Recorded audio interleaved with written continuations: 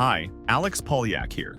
GTA fans have long dreamed of playing classic GTA on a technological engine with advanced physics and realistic graphics. But this dream seemed unattainable, and although modders made various attempts to do something similar, in the end, players could only ride a little on a familiar old map. That is, no full-fledged remake existed, and only on January 25, 2025, GTA Vice City Next-Gen Edition was released, a long-awaited project in which the entire storyline and other content of the original game are finally available. There were bugs, amazing innovations, Easter eggs, and a dramatic story with the ban of this mod. In general, let's talk about all this now. In addition, I have already completed the entire storyline in this modification and posted several videos on my YouTube channel, so now I definitely have something to tell you. Enjoy watching.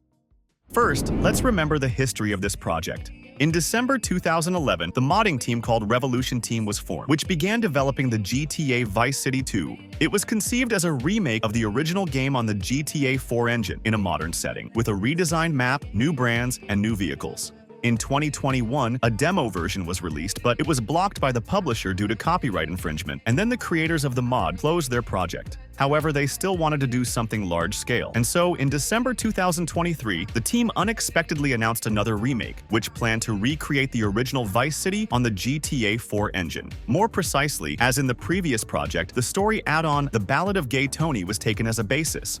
And in January 2025, we received the result of this work, which has been taken with great interest by the players' community. Of course, it also attracted the attention of publishers, but we will talk about this a little later, and now let's move on to the review of the modification.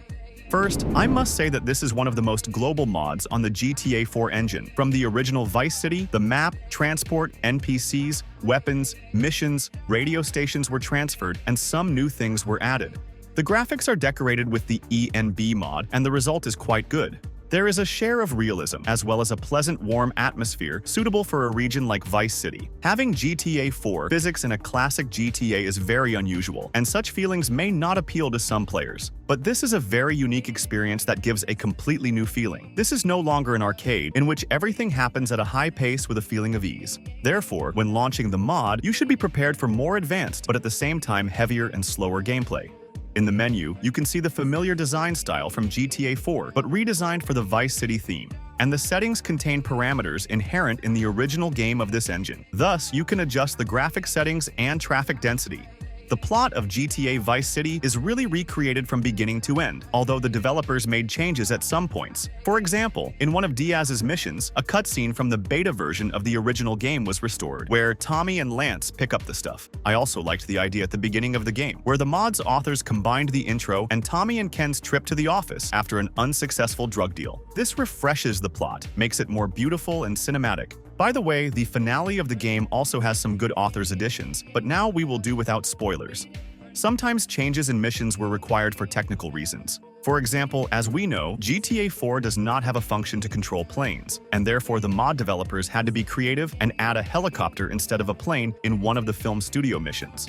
And of course, I have to comment on the Demolition Man mission. If you have already learned how to easily complete this mission in the original Vice City, then try your hand at the Next-Gen edition. Of course, for some this will be an easy task, but I am sure there will be few such players. Since GTA 4 does not have such radio-controlled toys, the modders had to take a full-fledged helicopter as a basis and reduce this transport in size. The result was a hard-to-control helicopter that sways in all directions. Of course, you can learn to control it, but most likely, at first you will have to fail the mission a couple of times, and maybe even a couple of dozen times. It is also worth keeping in mind that sometimes you can hit the explosive so unsuccessfully that it simply falls into the ground. In this case, you will not be able to complete the task because every explosive is important in it. In general, I will remind you just in case that this mission is not mandatory for completing the storyline, and this was the case even in the original game.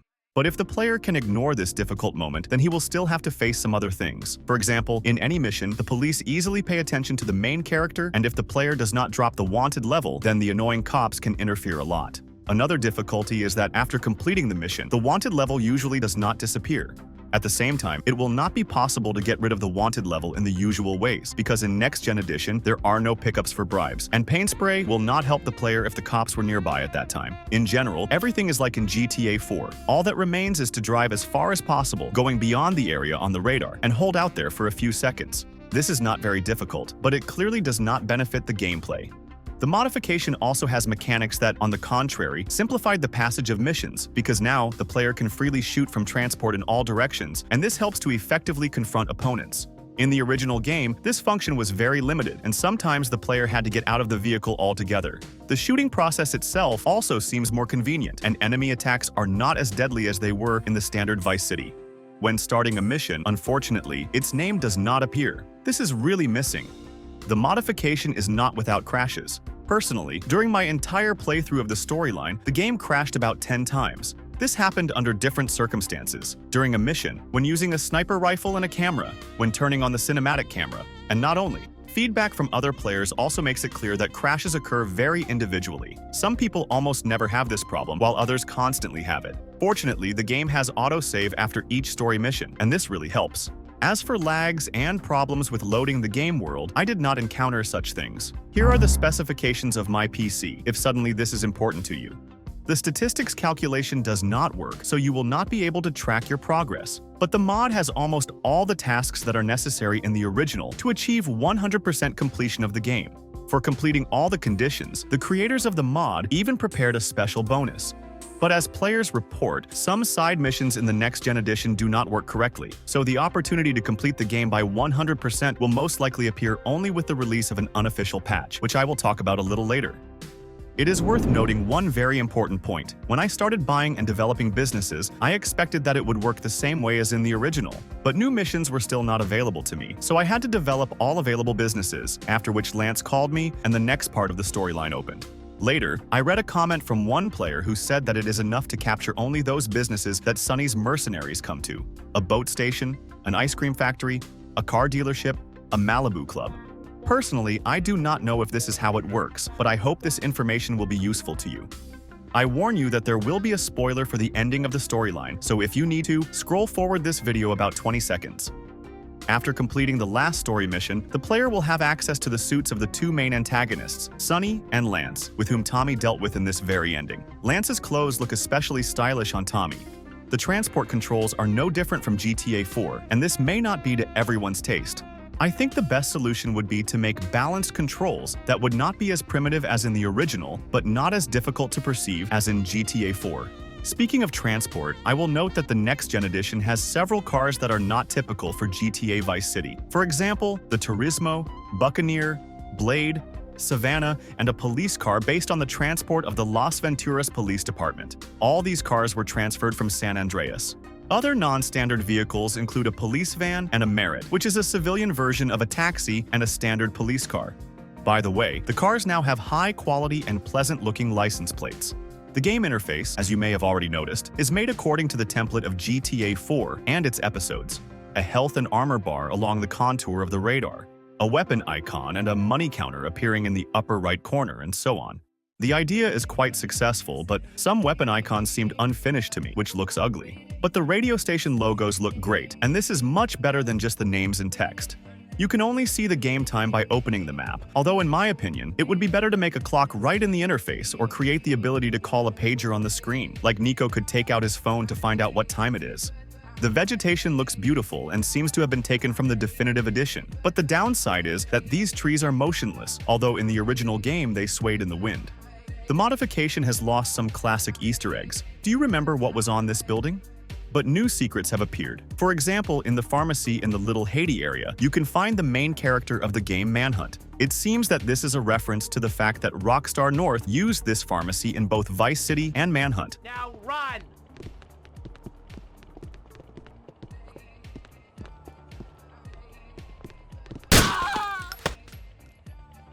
Thanks to the features of the GTA 4 engine, the mod contains many interesting details and mechanics that the authors of the Next-Gen edition have successfully applied. The Ocean View Hotel, where Tommy settles at the beginning of the game, has a private parking lot where the player can save the vehicle. You now need to change costumes through realistic pickups that are located in some rooms, and the rooms themselves are no longer in a separate game world, but are built right into the main map. Now, you need to save near a bed or a sofa, which can be found in almost any of Tommy's properties, and you need to collect business profits near a special animated device that counts money. When passing through the metal detector frames at the golf club and the airport, our weapons will now lie neatly in the basket. To steal a parked car, the main character needs to break the glass. In Next-Gen Edition, Tommy can end a phone call at any time, and he can also receive calls while in transport. But there are some problems. During a phone conversation, the player can freely use weapons, and this looks more than strange. Also, Tommy can finally swim. This may seem like a controversial innovation, but the authors of the mod still figured out how to originally preserve the canon, so a shark can attack the main character in the water. This is Steve Scott's real dream. NPCs received new animations, for example. They can talk on a payphone or clean the streets. But the NPC phrases from GTA 4 can cause some dissonance.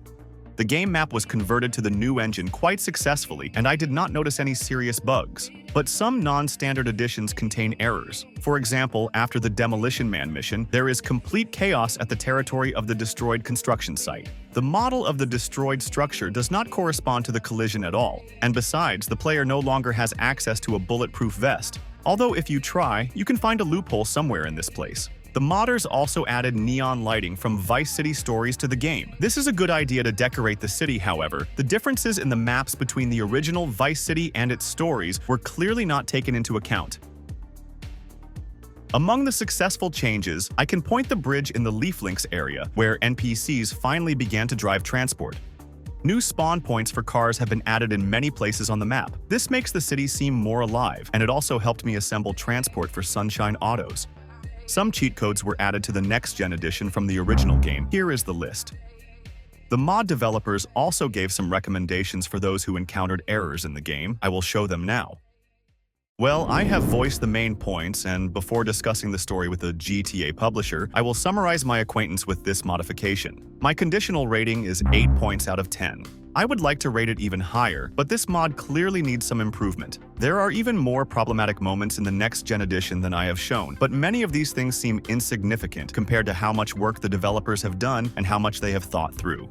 In addition, we still have to take into account that this is the first time that players can play classic GTA on the Rage engine, getting a completely unique experience. So my overall impression of the process was definitely positive. Thanks to the Revolution team for their hard work, patience, creativity, and also for answering a couple of my questions while preparing this video. In conclusion, let's pay a little attention to what happened between this team and the GTA publisher, and I will also tell you what the future of the modification is now.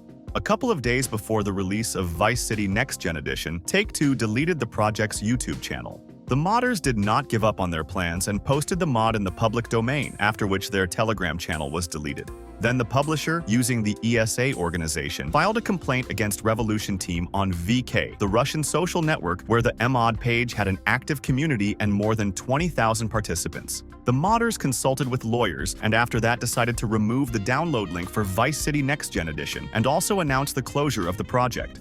This happened just a week after the release. Now, according to these guys, their mod will be handled by completely different enthusiasts who will prepare a patch fixing various problems with the game. By the way, already at the time of creating this video, one patch can be found on the internet that fixes some problems with transport. If you need it, you can search for it.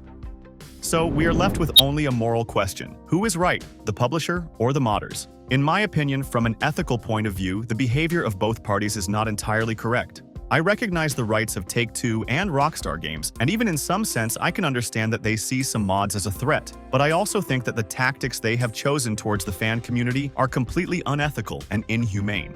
Of course, I would really like to see publishers cooperating with modders, or simply giving them freedom to create. But if this strategy is unacceptable for Take-Two and Rockstar, then they could do a very simple but very important thing. Make a public appeal to the fan community and talk about the criteria that are completely unacceptable in unofficial modifications. Just do it. Show respect to the millions of people who buy your games and just talk to them. There is another simple option, to contact the authors of some large modifications personally, to warn them in advance, and maybe even to agree on favorable terms. As for Revolution Team, while I like their mod and respect their efforts, I think Vice City Next-Gen Edition should have been released as a mod that requires a licensed copy of GTA 4 to work. Yes, I agree that it would have been hard to avoid Take-Two's attack, but I just think it would have been morally correct because the game is officially sold. I heard that this was the original plan of the modders, but they changed their minds after their YouTube channel was removed at Take-Two's request, but I still don't think it was the right decision. Still, overall, I'm glad they did this. Without serious damage to the copyright holder, players were able to show that a few ordinary GTA fans are able to treat the classics much better than Take-Two and Rockstar, who, despite all their capabilities and large capital, released a very low-quality GTA The Trilogy, the definitive edition for a huge fan community, putting it at a rather high price. And I also think it's worth saying that Next Gen Edition is a great legacy for modding, and for many, it can become one of the favorite additions to the GTA series. Tell us in the comments what you think about this. If you liked this video, give it a like and subscribe to my channel because even more interesting GTA videos await us ahead. Thanks for watching. See you soon.